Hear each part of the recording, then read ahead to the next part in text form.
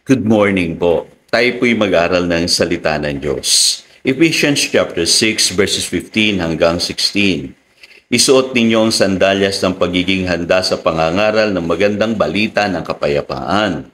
Lagi ninyong gawing panangga ang pananampalataya na siyang papatay sa lahat ng nagliliyab na palaso ng dyablo. The full armor of God. Part 2 na po tayo. Pag-usapan naman natin ngayon yung dalawa pang armor. Ano po yung tinatawag na gospel of peace at yung tinatawag pong shield of faith. Unahin po natin yung gospel of peace na dapat isuot po natin bilang panyapak. Ano po ba yan? Yan po yung tinanggap natin nung tayo po ay na born again. Yung salita pong peace, ang meaning po niya sa English ay to be one, to be made whole, o yung salitang rest, kapayapaan. At alam naman po natin nung tayo po'y naiugnay na sa Diyos sa pamamagitan ng Panginoong Hesus, ang sabi ng Ephesians chapter 2 verse 14, for He Himself is our peace. At nagkaroon tayo ng peace with God through our Lord Jesus Christ. Yung pong sinasabi ng Romans chapter 5 verse 1. Kumbaga nailapit na tayo sa Diyos sa pamamagitan ng Panginoong Hesus at nai-enjoy na natin ngayon yung lahat ng pagpapalang inilaan ng Diyos para sa ating mga nanalig sa kanyang anak. Kaya napakahalaga po na maintindihan natin yung salitang peace.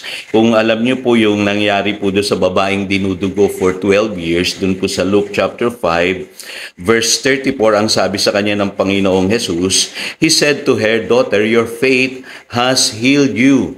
Go in peace and be freed from your suffering. Yun naman pala, po yung salita pong peace, ang ibig sabihin po niyan dapat lumaya tayo sa lahat po ng tinataglay nating mga suffering sa buhay na ito. Kasi ayaw ng Diyos na tayo po ay laging alipin po ng mga sufferings na yan. Katulad ng babae, for 12 years siya ay dinudugo. Nung nakilala niya ang Panginoong Hesus, siya po'y lumaya doon sa kanyang karamdaman at nagkaroon ng kapayapaan sa kanyang katawan.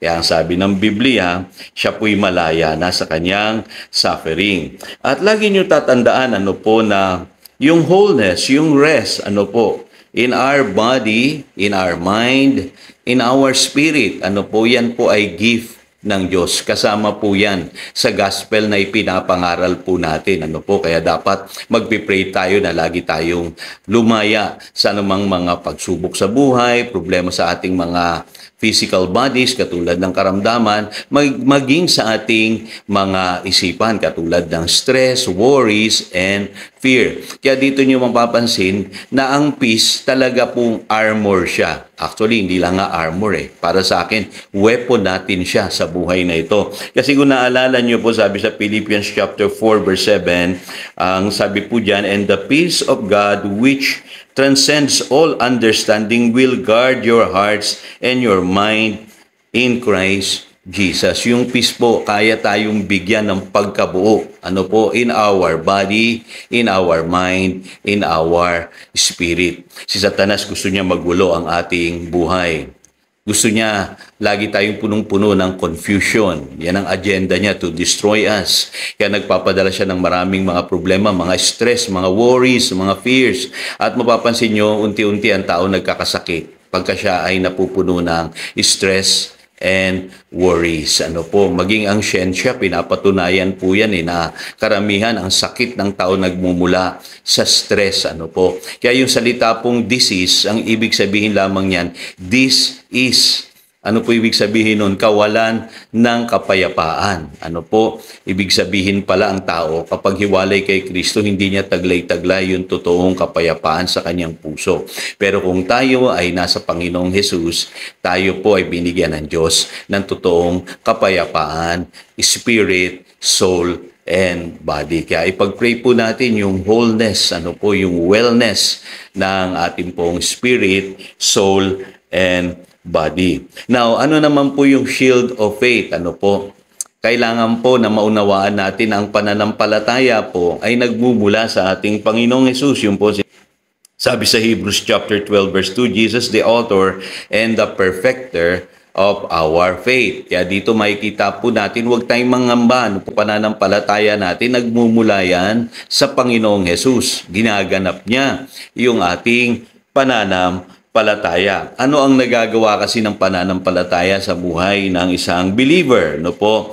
Again, si Satan, gusto niya tayo mag-doubt sa buhay na ito. Ano po? Mag-alinlangan.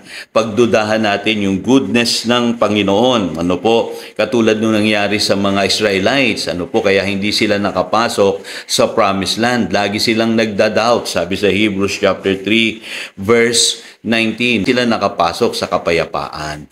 Alam niyo po, maraming tao ngayon ay hindi nakakapasok doon sa kapahingahan. Ano po? Dahil po lagi silang nag-aalinlangan, nagdadalawang isip. At yung pong doubt, ano po, will limit you in fulfilling your destiny. Kaya nga sabi ng Apostle Paul kay Timothy, God has not given us the spirit of fear o yung timidity. Ano po? Kasi may destiny po na dapat ma-fulfill sa buhay po ni Timothy. Kailangan po mahayag sa kanya yung plano ng Diyos at huwag siyang malimitahan ng tinatawag na spirit of fear. Ano po? Ang nais ng Diyos sa atin ay yung spirit of power, love, and sound mind. Kaya kung ikaw may mga pinapangarap sa buhay, pinagpe-pray, ano po, at higit sa lahat yung destiny na inilaan ng Diyos sa iyong buhay, tuloy-tuloy ka lang kapatid, huwag kang mag-alinlangan. No po? Kasi yung pag-aalinlangan yan ang maglilimit sa iyo.